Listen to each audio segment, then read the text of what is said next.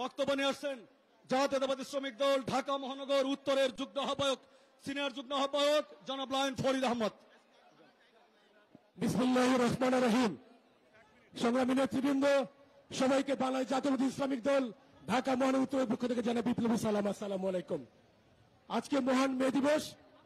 এই মে দিবসে যারা শহীদ হয়েছেন, আগস্ট বিপ্লবী শহীদ হয়েছেন, মহান মুক্তিযুদ্ধ শহীদ হয়েছেন, এই দীর্ঘ 16 বছরের ফ্যাসিস্টের বিরুদ্ধে আন্দোলন করতে গিয়ে আমাদের জাতীয়তাবাদী পতাকা তলে যারা শহীদ হয়েছেন তাদের সবার আত্মার মাগফিরাত কামনা করছি।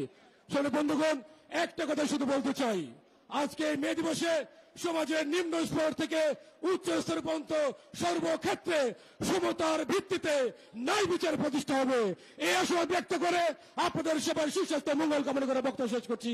আল্লাহ হাফেজ। বাংলাদেশ জিন্দাবাদ। সবাইকে ধন্যবাদ। আসসালামু আলাইকুম।